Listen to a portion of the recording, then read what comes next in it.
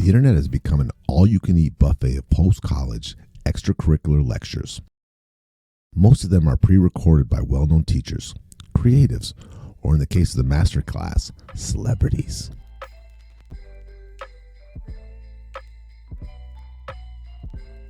There are the well-known platforms like Coursera, the great courses, Skillshare, Thinkific, and the aforementioned Masterclass. But should you be taking these self-paced leisure courses? Or self-paced courses that are actually honored by colleges like Sophia? Or what about free, massive online open courses? Do jobs care about any of these internet lectures? Or should we be paying attention to tech certifications like the ones Google started offering? If we had a battle of bands for internet courses, which of these would actually make you a better person, help you achieve your goals, bring you closer to self-actualization? You're listening to The Re-Engineered You. This is a podcast about self-empowerment, all the myths, lies, and misconceptions we tell ourselves. Then we use science and history to bust those myths and re-engineer a better you. I'm your host, Todd Laments, the extrovert. And I'm the writer, researcher, and introvert, Joe Anthony, whose job it is to dig through the outer layer of no duh on the internet. This episode will be part one in a two-part exploration of a la carte education. In next week's episode, we'll take a more holistic approach to post-college self-education. Do we really need another online course? Or are we really craving something else? But today, we get to tackle the online courses themselves. Myth 1. Which jobs took a Skillshare class on their application?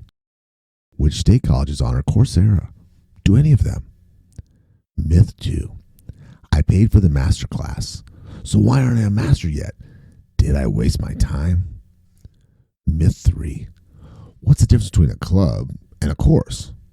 Why do colleges consider high school debate club money in the bank on an application, but the debate Masterclass earns us a shrug? We're going to get into our myths, but first I want to tell Joe what happens when he cuts out early during one of our live presentations, and I get the mic all to myself. Todd and I get asked to do presentations sometimes. About one a week. Yeah. And they're usually, how do we build a podcast? Sometimes it's tell us an interesting story, explain how, from me, it's oftentimes the structure of storytelling. But we had a presentation where we were sharing our behind-the-scenes process on how to write and prepare for episodes. And I had a therapy appointment the same hour. It was 30, both were supposed to be an hour. They overlapped by about 30 minutes. And so I told Todd, instead of us both presenting at the same time, doing a comedy duo like we usually do, I will do the first 30 minutes, then I'll leave.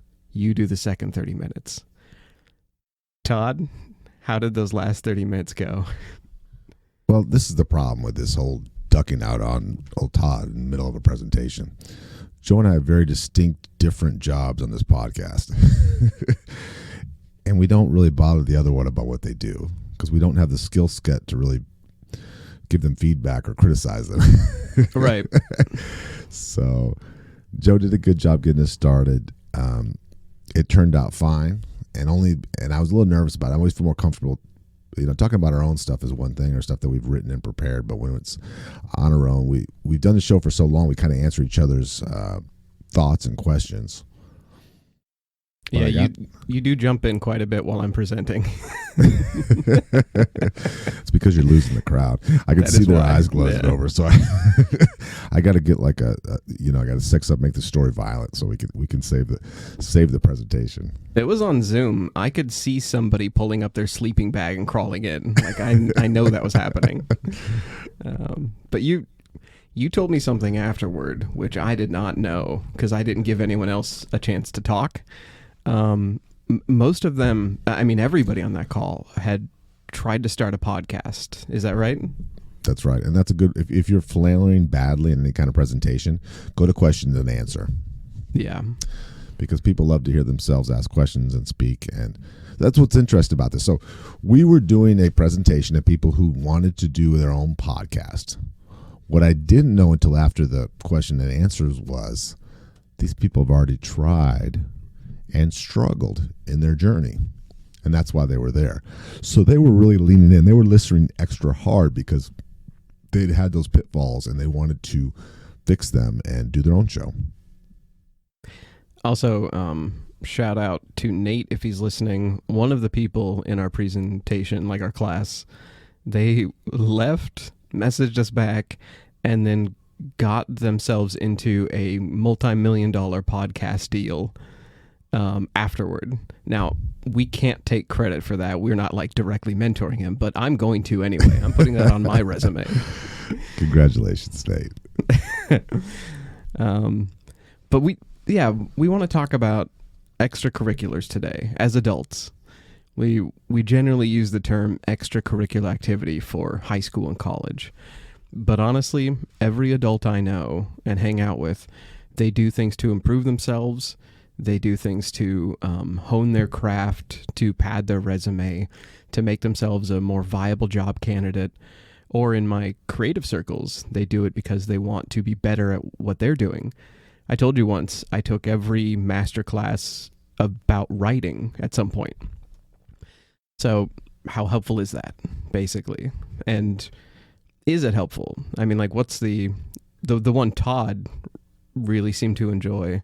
And of course, this will come out in part 2. What about going to a club in person? Like, you know, what is that spark that you're missing if you don't go and show up somewhere and talk to people face to face? Well, it's the difference with these colleges. Like, well, I just go to school online. And is that the same experience as sitting in front of a professor or meeting the camaraderie of your other fellow students? Are you missing out on 75%? I know you're missing out on something. Just how much is something? Right. You were telling me something interesting on the way over here. You were telling me that Val Kilmer and Robin Williams had both gone to Juilliard College. Both of those shocked me. Yeah. I watched this documentary on Val Kilmer, and it's just a really good show. It's called Val. It's an Amazon documentary. I didn't think of Iceman, Doc Holliday, Batman, as a serious actor. I thought of him as a pretty boy, maybe a kid model. Me too. I do 100%. He was a very talented Juilliard. And I thought of Robin Williams as just being this natural, gifted goofball.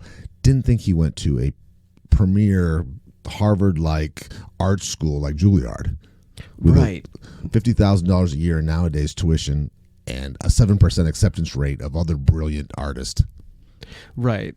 Yeah, I for some reason, like Ron White from the Blue Collar Comedy Tour, I assigned his backstory to Robin Williams. I was just like, he must have been the funny guy on his work crew and figured out how to make jokes with everybody and eventually got into comedy. I don't know why I assumed that, but that's effectively what part 2 is going to be about for this podcast. In part 2, we will talk about what is the benefit of showing up and being around a pool of people who are just as talented as you and are competitively trying to improve.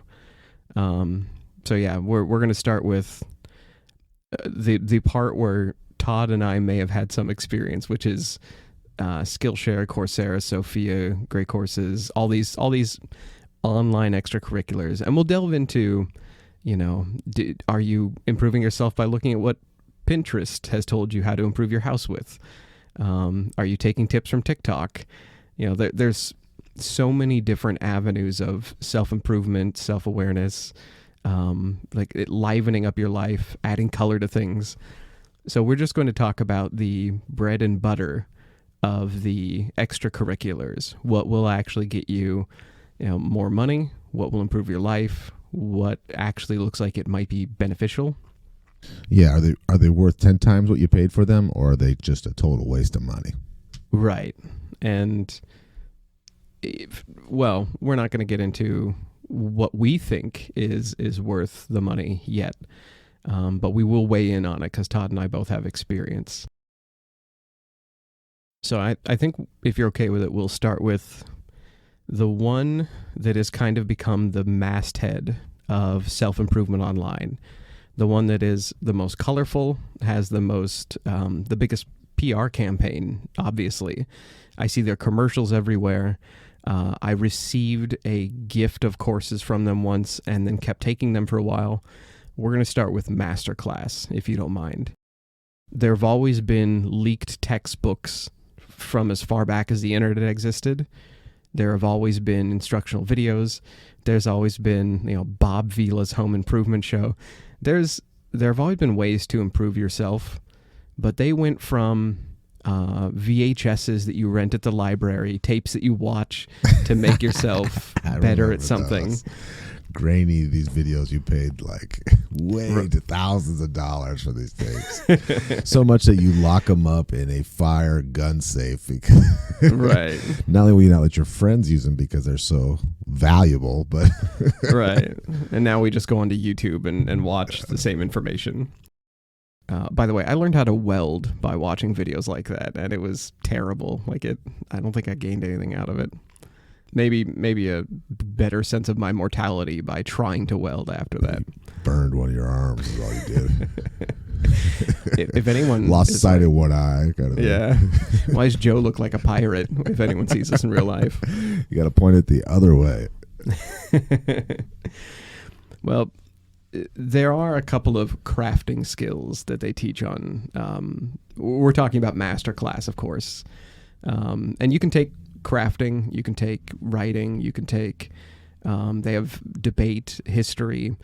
It sounds like rounded college courses, but, well, I'm going to sort of take a cue from The Atlantic, a magazine that sort of covered where Masterclass came from, and the name of the article is, "What is Masterclass Actually Selling?" And they talk about how the origins of Masterclass, the person who founded it, was trying to, as he put it, democratize access to genius. Now, he does that. There's lots of celebrities, and there are legit geniuses on Masterclass. There are people who, like Sam Jackson, has a Masterclass. RuPaul has a Masterclass. David Mamet has a Masterclass. Like, these are people who are the absolute top of their field. Natalie Portman. But what they're teaching, the issue that Masterclass has, and they point this out in the article, everyone jumping into Masterclass is at a very wildly different skill level. If Masterclass was selling classes that were, let's say, tailored to whatever your field is, they would have to set a bar. They would have to do what, English comes like English 1, English 2, English 3. You can't start English 3 without taking English 1 first, because you literally won't understand the words or the references. So what Masterclass tries to do is they try to have a system where it doesn't matter what your skill level is when you first jump in, you can still listen in and you can still learn something. That also means that they're not going to be able to help you progress. So, for example of this, I watched, I would say, about 8 or 9 different full-length master classes front to back. And they were all by writers, very, very, very skilled writers, amazing people. And almost all of them talked about what their creative process is, what they do to write, and how you can attain it.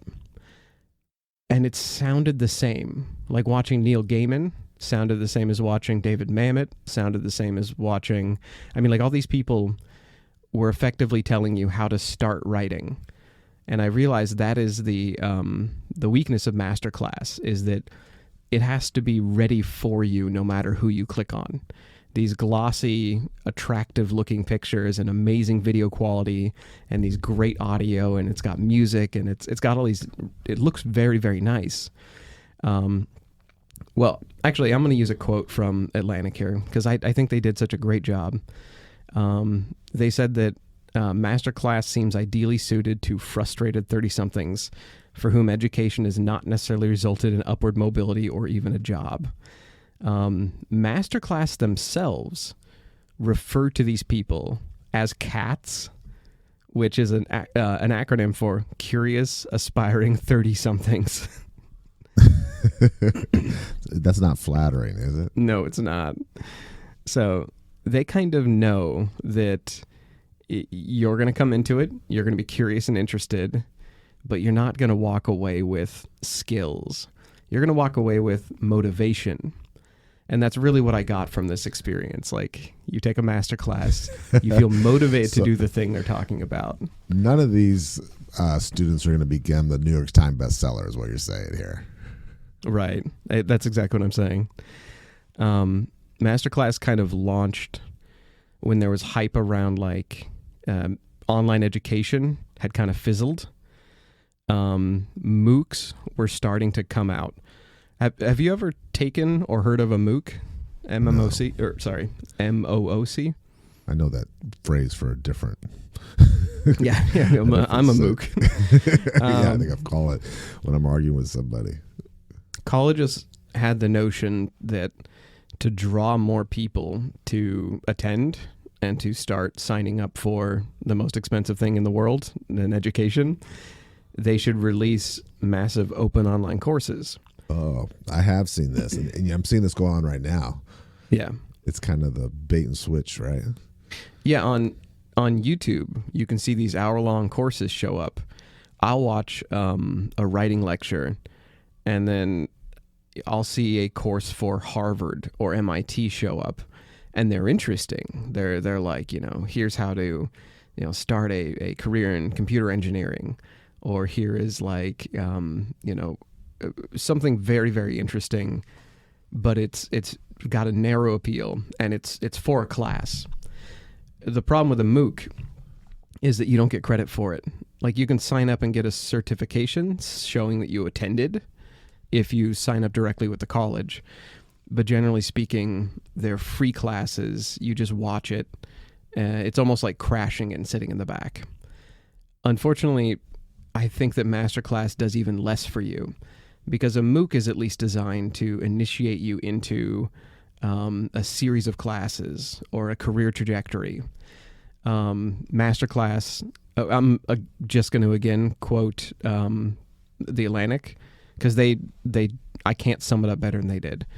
The writer Karina Chocano said, "A platform for dispensing assorted self-help and self-development bonbons for the young capitalist striver." Well, Joe, you're a naturally curious man. You are. You're childlike curious about everything, pretty much. That's one of the things I respect about you. Do you think there's any such thing as getting certification, learning something, and then it's scarred, tattooed in your brain, you could use it on a job? Or do you think you have to quickly transition to either the next level of that education or using it in your day-to-day at work? I think that when I watch something online, I take, as you know, I listen to podcasts nonstop, and I watch online courses whenever I'm fiddling with something. I will poorly build things in my wood shop, and I will have online courses going. And I know, just from my own experience, a online class will fall into one of two categories. It is the background information of my life. I'll watch a video about how police statistics work. I know that I will never use that in my life, and I won't have to reach for it very often. So it goes into the background fuzz of my knowledge. Whereas online writing courses, I will pay close attention because I know that I'm going to transition that into doing. And you have to have a plan for that.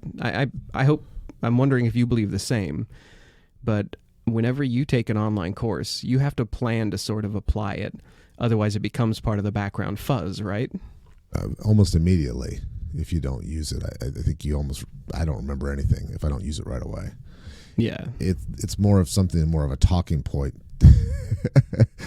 It's more of what I call something I tried, not something that I do, or certainly not something that I am. Right. It's if you watch 2 or 3 hour-long classes on something, it starts to fill out your understanding of how it works as a field, but it by no means prepares you for it. Quick question. How much do you think these celebrities are getting paid to record a masterclass? Gosh, it depends how long it takes them, obviously, but I'm sure it's in the tens of thousands. That's actually a really good guess. The courses range. Like some of them are like 10 episodes, some of them are 20. But Hollywood Reporter back in 2017 said that it was about $100,000, that it came out to be roughly $100,000. So not too shabby if you're... Not for something that you can resell, right? Well, yeah. Masterclass definitely makes their money back because they can keep reselling those videos. And these celebrities are... I mean, it depends on the celebrity. Maybe for Natalie Portman, that's not that much. But for some of these writers who are like dramatic writers who don't make all that much money on like, stage. Yeah, it pays the mortgage, keeps them going. That's not too bad. In fact, David Mamet's Masterclass taught me that $100,000 is about how much you make for, rewriting somebody else's screenplay and turning it in as your own work. So, well, tell me this, ethically, do you think that would you feel comfortable making, let's say, $80,000, $90,000 on a program that you're selling to people that will never come to the level, even midpoint level of your writing ability? That you're, I'm not going to say just taking their money. You are informing them, you're teaching them, you're giving them some real value. But do you think that that's not cool?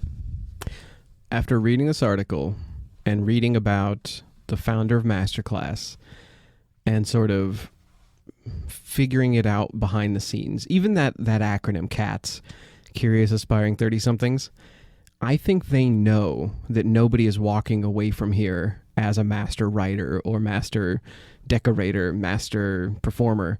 I think they know they're providing entertainment. I think that if you can justify that to yourself and say, we're just entertaining curious people, we are doing what Discovery Channel used to do. Joe and I love cats. We're cat herders. All of our friends are in the kind of groups that do this kind of stuff. And believe it or not, there's millions of people in this country that love to learn. They just like experiencing new things and getting smarter, even if it doesn't lead to a new job or a bump in pay. Right. If it sounds like I'm disparaging Masterclass, the Chris Voss negotiation class was one of the coolest things I've ever seen. I would have paid for and retaken the Masterclass courses just for that. Don't ever bring this up to Joe. He'll talk your ear off. I've made this mistake before. I will. Yeah. Don't say, what's that about? It's about this FBI interrogator guy and all of his stuff he learned. Yeah. It's if you look at it as entertainment, not something that will help you get a job, not something that will put you up to a better level in your field, you'll be fine. It'll be entertainment, but it's not going to be what we're talking about today on this episode.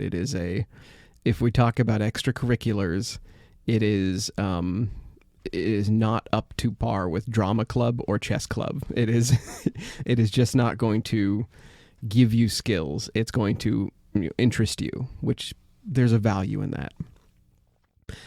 So I've revealed that I have taken Masterclass. Can we talk about your extracurriculars? Like what kind of online courses and clubs and classes have you taken? Toastmasters, Toastmasters International, the public speaking class is where I met Joe. That's where I met my wife. It's something that I'm very involved in. I give a speech or am involved in a meeting in some capacity at least once a week. The second part of this two-parter, we are going to get really far into Toastmasters, clubs, drama, all those things that you mentioned. Because I think as you're talking about these, I'm hearing a lot of clubs, valuable clubs. I've split my time, honestly. In my life, I've taken more online courses than I have gone to clubs or done things in real life, classes, writing groups. I wish I had done more in-person stuff. I see the value in online, especially because I've been a night worker for 15 years. So my best option is to fill my head with knowledge from online. But the thing that seems to grant so much benefit is an in-person club. And that's what part 2 is going to be about. I mean, just to just to briefly say it, chess masters didn't take an online course or read about game theory and then just become a master. They took that information directly to a club. They had to play against other chess players. And why would we assume anything about online education would make us more masterful without playing the game, whatever your chosen game is?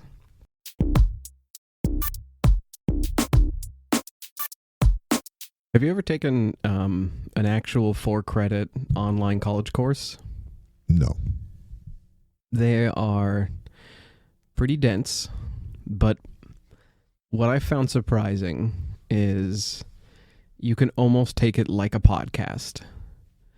Like if it isn't a higher course, then you might be in a class of 30 or 40 people, in which case you get into side chatter by, students creating discords, or you get into the class is small enough to where teacher will call on you.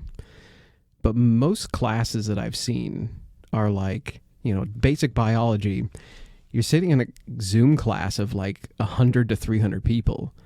So you could basically just like listen to it like a podcast, take the test at the end. It's much denser, but honestly, it's not that much different than some of these course classes we're going to be talking about. So that said, would you like to hear about which of all of those opening course systems are actually worth something? Like tangible, immediate, job-based, monetary, will it get you a degree or will it get you paid? Yeah, bang for your buck. Don't waste your time. Right. So what we're going to be looking at is the two questions we're asking for each one of these. Is it accredited for college courses? And second question is, how's it look on a resume? So we're going to go through these basically one at a time. We looked them all up for the show. And we're going to basically talk about, right away we're going to say, this is not for the entertainment factor. We are not considering, is it interesting? Because, yeah, some of these are really, really interesting, like Masterclass. And being a well-rounded human is still high on our value list. It absolutely is. Yeah, it's not just what you get in return, but what you actually do with your life. It's still better than a few hours of TV every night. Right. These are strictly, does it get you a college credit or does it get you, a green check mark on your resume? So we'll start with Coursera. Coursera is one of the big standards right now. It covers mostly data science, business, and health. And right away, is it accredited? No, it's not. However, this is going to be an asterisk on this one. Many of the classes from Coursera are taught by Yale and Stanford and University of London and real colleges. So you can, if you're already enrolled in a college, petition your academic advisor or the Department of Education and say, hey, I'm taking this course, can it count toward credit? Coursera does allow you to get a little certificate at the end saying that you took it. That doesn't necessarily mean that you got tested. Most classes, the big thing at the end is the final quiz. Todd, how are you on tests, by the way? Are you good at college quizzes? You know what? I did do a college class. I did Algebra 1 and Algebra 2. And I remember it being easier for me when it was broken up online because it really broke down what I needed to memorize. And to me, it turned into more of a video game than it would if I was sitting in a class. That is a darn good point that I hadn't thought about. With my severe ADHD, I can go over things again and again and again and stay up all night geeking out on it, which I wouldn't be able to, or I'd be embarrassed to do if it was in person. In person, especially like math, it's just a stream of lecture. It's just a waterfall of a teacher saying numbers at you until you are drowning, until you don't know where you got lost. But in an online course, you know immediately where you got hung up. So yeah, if you're going to take math classes, go through Coursera, do it at your own pace. But if you're hoping to get college classes out of this, go to your college, ask first. You may even, if you're a full adult, like if you're a cat like me, or if you're older, go to a college. You might want to enroll. I mean, you don't have to take a class to enroll. You can just enroll and tell the advisor, I will eventually take classes here, but for now I'm doing online. How many of those will transfer? Can I work with you? I did that. I recently enrolled without attending at an online university, and I said, I'm going to be taking college courses online. How many of these can I count toward a curriculum with you? And they work with me. They gave me a list. I took an acting class at University of Washington, and no, those don't count towards anything, but it was so fun to walk around campus and pretend to be a University of Washington Husky every Sunday at 5 p.m. that I got every cent out of it. Okay, so there's another big name on this one, the great courses. I have not taken any of the great courses, but I do know about them because they are at the end of every goddamn YouTube video I see that has anything to do with education, self-improvement, or anything that is like, niche or interest. At the end, the YouTube personality will always say, you can learn more by going to the great courses online. To our metric, no, they're not accredited. No, there's no quizzes or projects, so it can't even really possibly be graded. Again, they may have very interesting material. Their ads may be correct. But I've never seen the great courses put on a resume unless it was highly specific to the job they're applying to. Now, there's something kind of similar to the great courses. Skillshare and Udemy. They are not accredited. They don't generally look, huge on a resume. But they are more of like a flexible platform. Again, it kind of seems to me like they are cashing in on the wave of adults taking courses. But they seem to be a little bit more open and flexible with what they have on their platform. Similar to that, we're going, if we're going from like hot to cold water, we're getting more and more into it's a platform for educators kind of territory. It's not, we're far away from Masterclass now. Masterclass is a glossy magazine of a course. We are now into territory where it's in the educator's hands. So Thinkific, I had never heard of this. It is really highly rated online, but I did not know Thinkific wasn't just strictly courses. It's not accredited, but what it is it's sort of like it's like a WordPress or Squarespace, except for these online classes. So if you're a teacher or an educator, you plug into it and you say, here's what I teach. I teach guitar, or I teach writing, or I teach podcasting. So they plug into Thinkific, and Thinkific gives them a template. Like it gives them a template for their site. It gives them a template for their class. It gives them marketing tools, and they can manage their class load. So theoretically, Thinkific could be made into an accredited class if it was an accredited teacher working through a college. Now we get into the hyperdense. We're far away from your great courses and master classes. We are now into actual college material. So if you need to pick up some college classes, Sophia is the one that I was pointed to by college. Are they accredited? Yes, but it's complicated. Sophia themselves, they do not offer degrees. They are more like a study hall style class for basic college classes. Their courses are recommended by the American Council on Education, meaning there's a lot of colleges that actually accept them as full credit. Are they great prep classes? Yeah, they straddle the line between a prep class and like a basics. Like when you talk about core classes, they are like English, algebra, biology. Perfect, thank you. That's Ethics. All I got. I got lucky.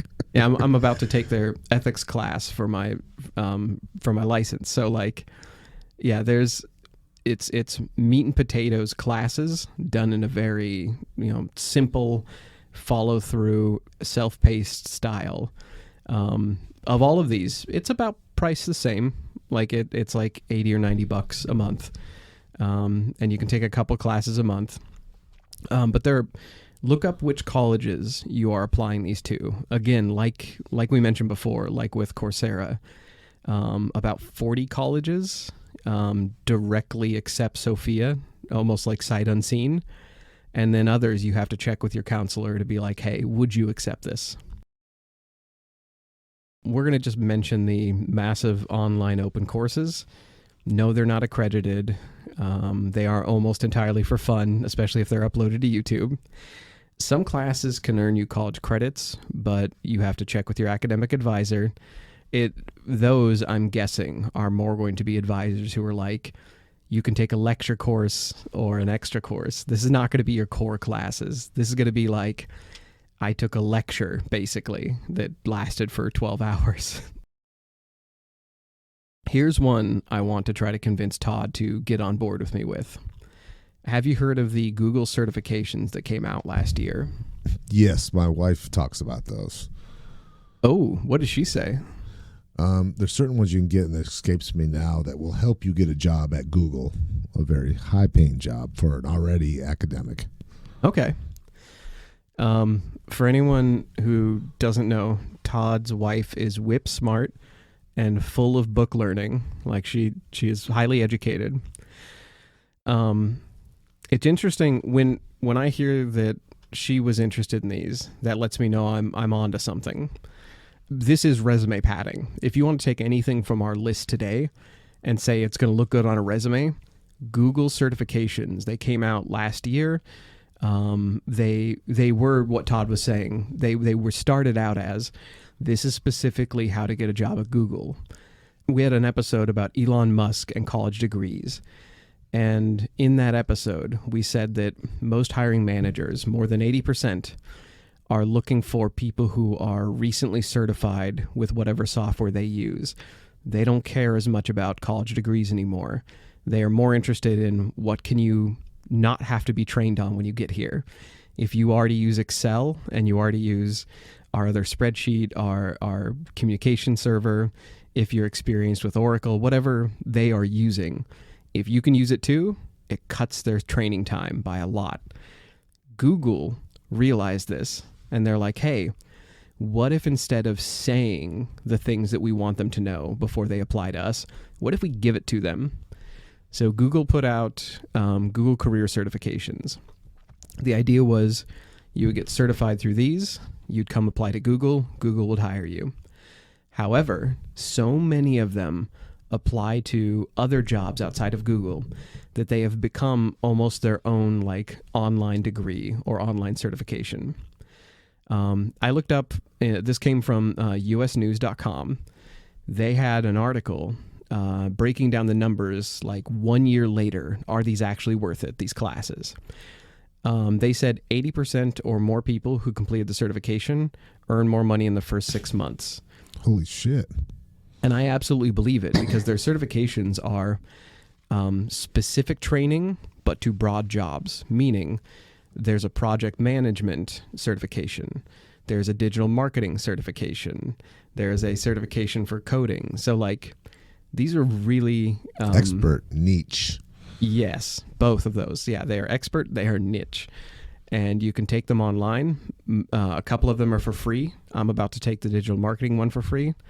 But there's a couple of them that are cheap. Like when we're saying, Masterclass is $180 a year and like, Sophia's $90 a month, it's in that ballpark. It is actually wildly inexpensive compared to, college. That's pretty good odds though. I'll take that 80%. Yeah, I really feel good about that. Do you think it's because it's just such good material? I think it's because it is industry standard material. Companies like Google and Amazon and like these big mega companies, they set the bar for what everyone else hires for and pays. So I think that having Google say these are good enough, everyone else is going to be like, yep, they are. We want that too.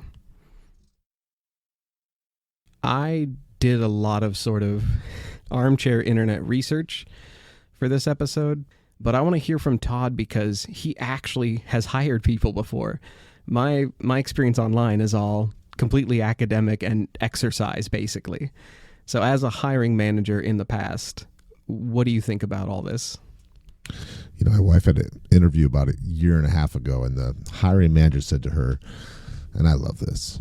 He's an engineer. She's an engineer. He said, "What is the nerdiest thing you've done this month?" And so the nerdier it is on the resume, the better. And it's important for one thing, it separates you from the pack, that you're doing things after work, because everyone knows who's usually a hiring manager.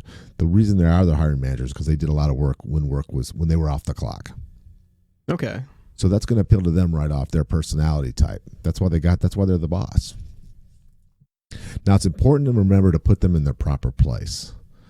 And they should, even if it's a crossover skill, have some relevance to your job to make you a better hiree, a better employee. So number one is to make sure that keeps them in the proper place. Make sure it's relevant to the industry. And then it's very important if they ask you about it or they ask you about yourself, you bring it up as a talking point if you're not comfortable talking about your other activities. Show how that'll work in their current job that they're applying for. So if I'm applying for a tech gig, I don't want to bring up that I took Natalie Portman's acting masterclass unless it is specific to acting, unless they ask about it, basically. Exactly. You know, and it's okay to talk about that like a personal thing, but it just doesn't. You want to move you ahead of the pack with the most skills. Okay. The biggest one is be prepared to be asked about it. Because even if we've done something and we're not prepared to talk about it, it can make you seem like you just padded your resume. Right. And I'll give you an example. For me, been a member of Toastmasters for many years. So people ask about me. It's the first thing I go to. And I say, I'm in a communications club called Toastmasters. And what it makes me do is it makes me a lights out, polished presenter. So when there's a presentation at work, I raise my hand. You as my boss, if you have a presentation at work, you lean on me for feedback and I'll help you prepare a presentation. And if you don't feel like doing it, I'm going to do it for you. It's made me good at public speaking, but it's made me an even better listener. I've honed my listening skills every week, so I communicate better with my team thanks to Toastmasters. Whereas if you are my hiring manager and you ask me about a writing masterclass I zoned out during while I was cooking dinner, I will be able to tell you who taught it and almost nothing else.